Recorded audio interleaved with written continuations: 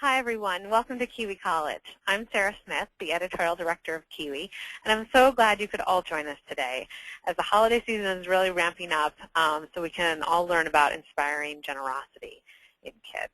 Our inspiring and generous speaker today is Willow Dea, who is an occupational therapist who takes an integral approach and who also develops continuing education courses for educators at the Integral Education Center, where she's the director. After Willow's talk, she's going to take questions, too. So you can type them in at any time that she's talking, and we'll get to as many of them as we can. So we're so glad that you are all here. And Willow, thank you so much for being a part of Kiwi College, and we're really looking forward to hearing what you have to say. So please take it away. Thanks, Sarah. It's such a great opportunity to be with you all. I really appreciate it. So we're going to talk about something that's very simple and that requires a lot of attention to sort of cultivating one's state of heart. So generosity of spirit is not something we can take for granted, I think, at any point in history, but particularly now. So this slide is about a little guy. We're sort of taking a look at the typical, normal little kid who loves to have lots of stuff and candy and wants to keep it all for himself and is sort of more interested in himself than anyone else or particularly the world. Totally normal developmental state. And the question we're going to address today together is how do we take ourselves and the children in our lives, whether you're a parent or a teacher or an auntie, from this sort of disposition of mine to ours. And really sort of being more aware on a daily basis about how that goes. So, I mean, the basic question is here, we'd all prefer to be surrounded by generous children, right? Next. Sarah, if you could go to the next, thank you. So obviously, there's competition in our culture. Excuse me. This is one partial perspective. That's the point I want to make here. There's nothing wrong with a healthy competition. There's nothing wrong with the feeling of winning. There's nothing wrong with finding ways to enjoy constructive competition. My only point here is that it's one way to look at the world. There are other ways to essentially include benevolence in our daily lives. And competitive culture leaves out the benevolent nature that children demonstrate all the time, which is generosity for its own sake. So we'll take a look at what that looks like, Sarah.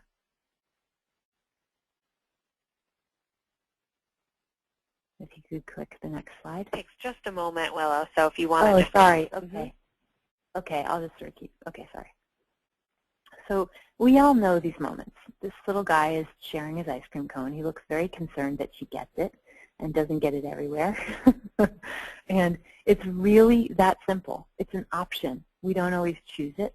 We often choose, even in a fraction of a moment at an intersection while we're driving, not to be generous, right? We're at the cashier line. We think we're in a rush. We make this judgment about how our day should be, such that we cut other people off in line or in traffic or sort of in general, even on a subtle level. And I'm guessing that everyone here can identify with that.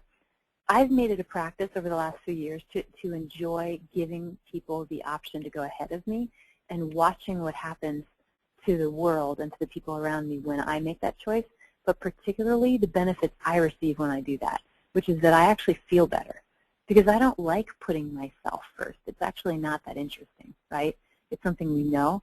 So there's an inquiry here, which is what is the effect on ourselves first of being more benevolent to the world around us? And that's an inquiry I'm going to leave with you. We're going to take it a little further. In the next slide, we're going to talk a little bit about becoming an ambassador of generosity. And it's simple. It's not easy. So the fastest way to fire up more generosity in your home or your classroom is to be the change you want to see in the world, as Gandhi would say. So become an ambassador of generosity and make those tiny choices in the course of your day to choose benevolence. Like what, and you might not ask what would Gandhi do. You might ask yourself, what would my better self do in this moment? And do I have the capacity to slow down and take a breath and smile at the moment? This is crucial. Really slowing down, taking a breath and smiling. Like, let's all do it right now. Some part of me wants to race right through this. Why? And on to the next one. This is all we have. We have this moment. So things for you to try. If you're a teacher, this is written with kind of both teachers and parents in mind. So if you're one or both, great. Hear it for both. So try reinforcing generosity with acknowledgement to the whole group or your whole family in front of the child that embodied it. Real simple. You probably already know this. I'm just reminding you. Be lavish with your resources and attention and affection. It's what makes the world go round. You guys all know this. Reward generosity with a point system, right? We all use our credit cards to get frequent flyer miles. We play games with our affection and our affinity all the time.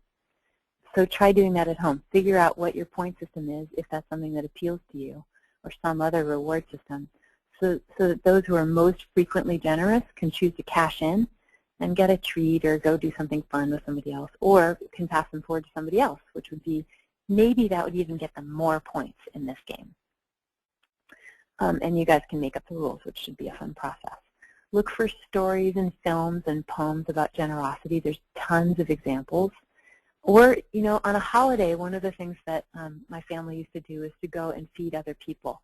And at first, I was really allergic to that idea, just tremendously resistant and reluctant. My mom would say, okay, we're going to feed the homeless people. This was in Hartford at the time. And I thought, oh, gosh, this is going to be stinky and gross and horrible, and it's going to take forever, and I don't want to do it. And I was a kid, and it was just, you know, awful. But I would watch these people's faces with, they would experience such gratitude and reverence for what they were being given. And it was totally transformative, because then the day wasn't focused on me getting presents or us having our particular buffet at home in Thanksgiving. We were giving to those in need, and it was worth it. I think that's the short way to say it. And I'll take it to the next one. So you might consider doing that with your family is the point. Yeah, so giving. Giving is a funny thing. Sometimes we give to people because they gave us something. We sort of trade our affection. It's not really like that. Giving isn't just about stuff, we know that, nor is it about rewards. Giving is also about service. It's an attitude that comes from a feeling of abundance. So if we're feeling abundant, we're much more likely to be generous, benevolent, kind. It's combined with a humble desire to help someone for no other reason, right? So it's a sort of overflowing feeling, and then we move and we act from those feelings. We generate language from a mood of generosity. Our moods are incredibly important, and they inform our actions. So debunking giving is really about checking what is informing your actions. What is your mood? Why? Make sure you can reorganize your mood when you need to. This is really a subtle thing, actually. So you may wake up in a bad mood. You had a bad dream or something happened, and you're just sort of in a funky place. Here's a really simple way to reset the backdrop for the next few hours or even the whole day. It's called reaching for your wholeness. It's really, again, really simple. You're going to take a breath, smile at the mood, which is, I'm grumpy, or I hate this, or I don't wanna, or whatever the badness of your mood is. I'm describing content that's universal, right? So smile at it. Understand that you are not your mood. Big distinction there. You are not your mood. You get to choose your mood. And when we're in a certain mood, guess what happens? Lots of different things are available. We can take different actions. We have different thoughts. And that creates a very different impact on the world. So it's very simple. They're predisposition for action, moods are. Some actions are possible in certain moods. Some actions are not. So make sure you're checking. Just by breathing and smiling and feeling the sensation in your body, feeling your own wholeness, the health that is present. Even if you're in a disabled body, there is health. You're alive. Something's going well. So allow yourself to contact that and make different choices and cultivate an attitude of service. It's obvious that when someone serves another without reward or self-gratification, there's a quality of generosity that's genuinely additive to the whole world, even if it's a really simple act. So here's this little girl. She's giving somebody a present. Maybe it's us. And And the point is that generosity is a state of heart. So cultivate it, offer it to everyone around you. It's bound to catch on. You know how that works even in a grocery store kind of moment. Here's the key. The key to developing generosity of spirit, this is what you came to this little webinar for, is really, again, very simple. It's to offer yourself fully to whatever you're doing. Could you go to the next slide, Sarah? Whether you're doing dishes or errands or work or parenting or teaching or driving, any ordinary moment in which you could easily be disgruntled, just give yourself to it fully, such that you're not only present, but you're offering your best self. I'm repeating this because it's one of these things that's sneaky, but it kind of counts. So the generosity of your presence will naturally produce acts that you didn't know were possible. I'm saying that again, too. There's a reason for that. You know those random acts of kindness, like we've all experienced somebody just being completely generous with us for no reason. I no longer believe that those are random. I really believe that they're generated from a very distinct awareness to our moods, our choices of language. Language is a very powerful act. We can choose our words really deliberately and bring a whole set of tools to communicating. That's a whole other webinar. Suffice it to say that when we declare that we want to be in a certain mood, we get to have the opportunity to experience the world in a completely different way. And this isn't just mental mojo. This is a felt bodily experience. So I would welcome you to try that on for yourself and find out for yourself how that goes. If we could go to the next slide. So yeah, this is the simplicity of it. We only have the moment. I mean, can we really say that we have any access to the past except in our memory of it? It doesn't actually exist. We don't have the future. We have thoughts about the future and dreams and fantasies, maybe even expectations, but we are not in the future, actually ever. You're not in the past. So dig deep and serve the love up and know that you deserve to experience yourself that way. It starts there and then it extends everywhere else. And it sounds kind of ironic, but we're going to do a little practice here. Can you go to the next slide, please? Thank you. You're an awesome teammate, Sarah. Thank you so much. Great to be on your team. Okay, so this is actually called the Four-Chambered Heart Meditation. It's this sweet, sweet little process. I'm sharing it with you because I've shared it with many, many clients over the last 15, 16 years, and it always brings a kind of a surprise. So what I want you to do is wherever you are right now, even if you're driving and kind of multitasking, that's fine. I want you to just put your heart on your chest, your anatomical heart, not the middle of your chest, but really a little to the left. Put your right hand there if you can. Take a deep breath in. If you can, safely close your eyes. Just kind of chill out for a minute. And I want you to ask your heart. You're not asking your mind. You're not asking your belly. Really feel into your heart. What makes your heart feel full? Now listen.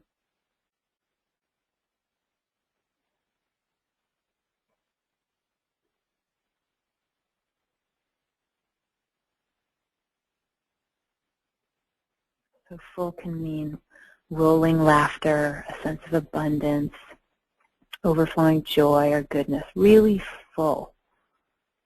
Just notice what that information is for you, and notice if you've given it to yourself in the last week or day. Make a mental note to allow yourself to have that experience. For me, it could be singing, it can be cooking, it can be laughing with my husband or my friends, really simple stuff. Now move to another place in your heart. Stay right with me. Quiet it down. Who do you feel closed to in your life, in your heart? Who's a smoky mirror for you? Who's most challenging? Yeah, that one, whoever that is. It's quick, right? And I want you to actually thank them for providing that mirror, because you get to learn and grow that they're in your life. So notice the perturbation in your heart. Notice that kind of disturbed feeling. Acknowledge the challenge and thank them.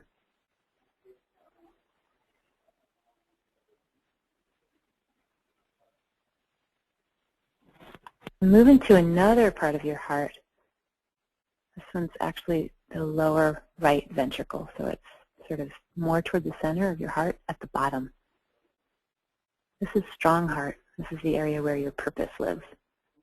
Just listen, ask yourself if there's anything you need to hear from your strong heart.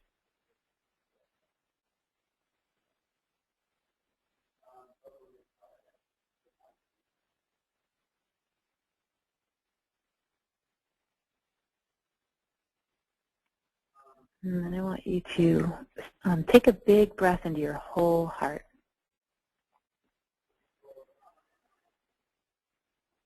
So I kept this very general. I'm going to give you a little more information here before we end this little experience. But in this particular practice, the upper right atrium is called clear heart. The upper left atrium is full heart. Just below that, if you were making sort of a square, a four-square pattern, which is, the two atria and the two ventricles, the lower left ventricle is open heart. Open heart functions like the aperture of a camera, and you know this. You walk down the sidewalk somewhere and you can feel, oh, I feel open to that person. Or, ooh, I really don't feel open to that person. I feel closed. Or people in your life, oh, I feel so comfortable and open with them, and really not. So it functions just like that. It's sort of this little aperture. Great to know who you're holding in there. Really important information. Who's challenging you? What are the qualities that they bring? What is it you need to look at and turn around and bring into your own awareness about yourself? What can you love there about yourself? Huge opportunity for growth. They'll stop bugging you as soon as you stop bugging you. That's the secret. Strong heart, all about purpose, what you came to do here on the planet. Why are you here? What are you living for? What are you willing to die for? Very dramatic way of asking, but really, really, what got you here to the planet? Just above that, clear heart again. When clear heart is clear, it can feel like a serene pond. It can, when it's not clear, when it's unclear, it can feel really brambly, staticky, almost prickly, and you know this feeling. There's almost a congested feeling. So it's just a little map for you to keep for yourself. It's really sweet to know when something's bothering you, you can find where it is in clear heart or full heart. So make sure you keep yourself open, full, clear, and strong. And you can teach these to your kids too. So then I want you to ask your kids or your students to create a list of the ways that they're generous or full or open or strong or clear. Ask them also to create a list of the ways that they tend to withhold giving and why. Have them explore the challenge of that. And have a conversation about why, like, what is it in them that just stops them cold from giving to other people? Is it behavior? Is it a judgment? And then I want you to ask them to check out, and we can do this obviously as adults for ourselves all day long. Check out if the judgment you made about that other person is really true. Do you know that it's true? Can you find evidence in the opposite direction that it's not true? Right, so-and-so is such a Okay, maybe it's true for a moment. Is it always true? Do we need to hold it against them? So it's just simple stuff. So share that with these kiddos. They need it. They need to know their own little hearts. And it's so clear once you get going with it. And Sarah, if you could move to the next one, that would be great. Actually, we already did listening to your heart. So again, taking a big breath into your whole heart, and we'll move to the next one.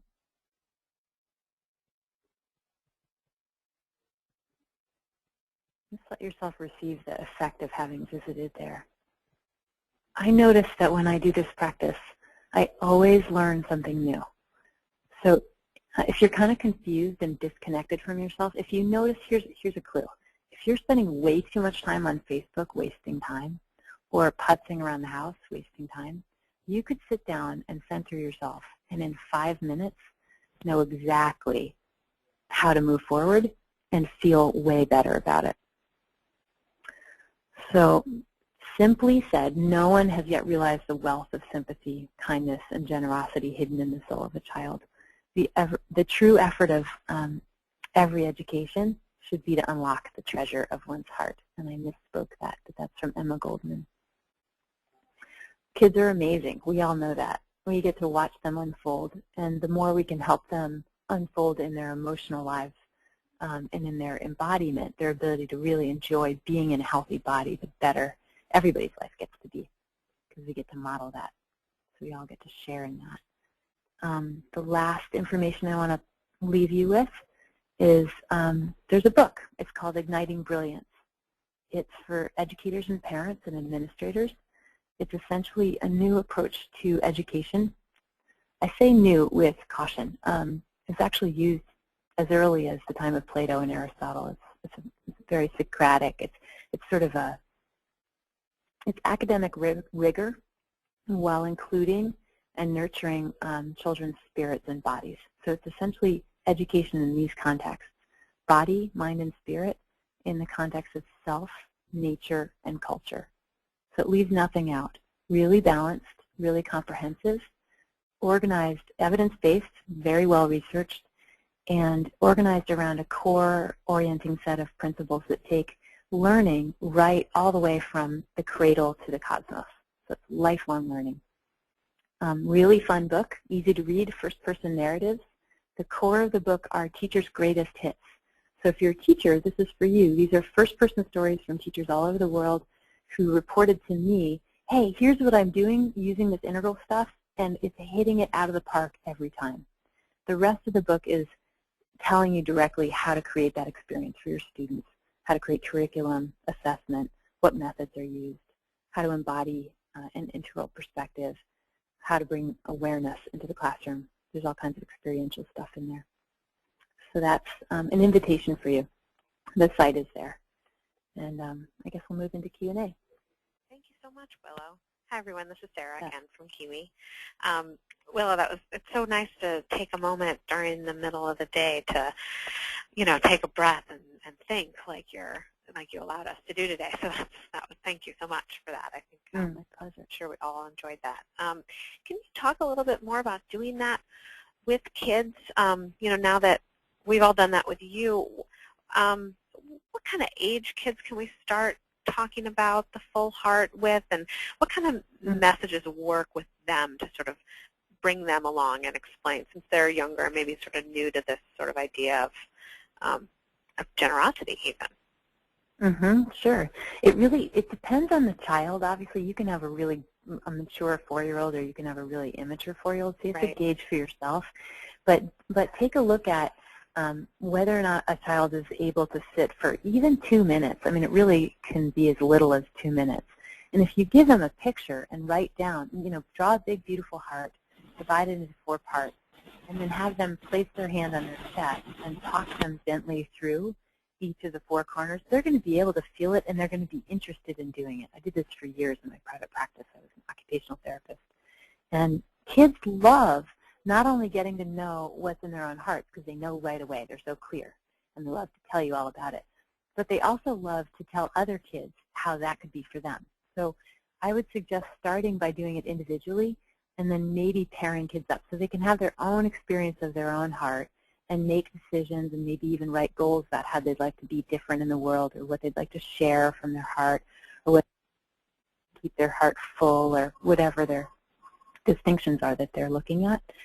So you could, again, draw a big picture, divide it up into clear is in the upper left, is in the upper right, open is in the lower right, and strong is in the lower left, and have them map out and experience it for themselves. And then you could get into a group of kids and then tell a story about generosity together. They could make up their own story about generosity. Well, that's great. So it's also a conversation then that you are having with them about the things that you do in your life. Is that right? Because you're talking. Yeah, you also talked about being an example. So it sounds like you could do that here with this exercise too. Exactly. Great, great. Earlier you spoke about rewarding generosity and you're talking about, you made a connection to the, the credit card points and stuff that we all have. Can you talk a little bit more about why it works so well to reward generosity with kids, when I think some people might, feel that isn't it a reward in itself? Like, let's talk about what, why it's worth pointing it out like that. That was a sticky point for me when I wrote it, and I'm glad you brought it up, because it's tricky there. You want to be rewarding benevolence and generosity because it essentially creates a system of accountability, right? So as adults, we all lack accountability unless we're working really closely with ourselves and a coach or somebody who's keeping us. We all think we're disciplined, but if you really were to look at how we live and what our goals are, kids are the same way. And so it's really easy to take for granted how we act in the world as kind of the norm. And the norm is rather insane. If you really look at the level of, and I'm talking about myself, I'm not just saying the world as if I'm some superior human. I can be extremely narcissistic and greedy and impatient and like fast and curt with people. And then I pay for it. Like, I'm the one who gets to feel like crap, right? So kids they don't have to have that experience. We get to show them a different way of doing it.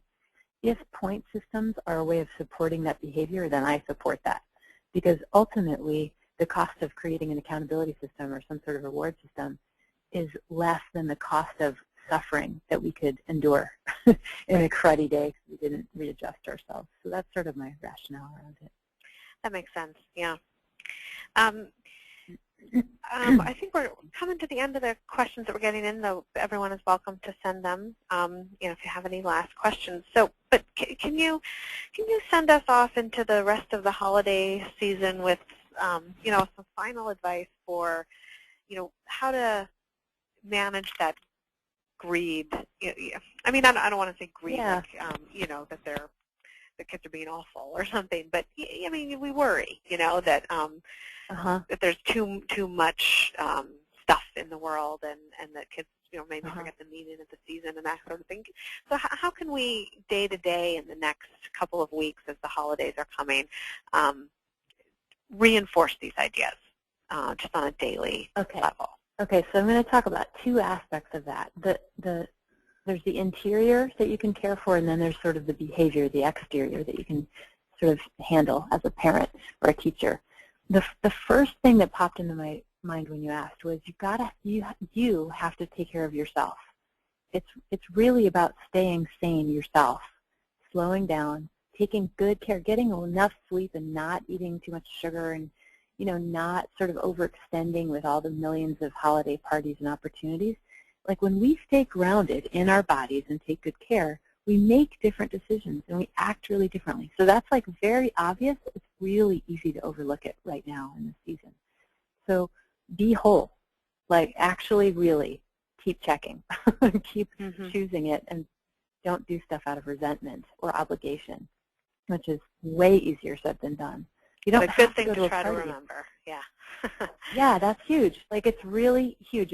It's to go to a party and feel obligated and be slightly resentful is to bring your resentment as a guest to the party. That's not what people invited. You don't have to do that. A subtle resentment is so loud, right? Right. So just don't do that. Quit doing that, guys. That's good. Right? So start there. The second thing is managing greed in kids. Gosh, again, depends on the age of the kids, depends on what your family culture is, and how you're doing any holiday, whether it's Christmas, Hanukkah, or whatever. I think my thought about that is to, again, model it and have kids. You know what I would do? I think this is what I would do. I think I would have my kids give a present to everyone else first, so they can experience giving before getting. And actually to say it to them, hey, we're going to practice this thing. It's not going to be easy. It might be fun. Let's find out. Please try giving everybody else their presents, and then you get to open one at a time. And just sort of slow it all down and let it be part of the fun, but it's slower.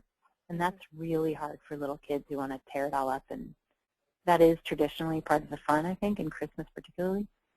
I think one of the benefits of the Jewish, of the Hanukkah, sorry, I'm totally, I can't speak for some reason, pardon me.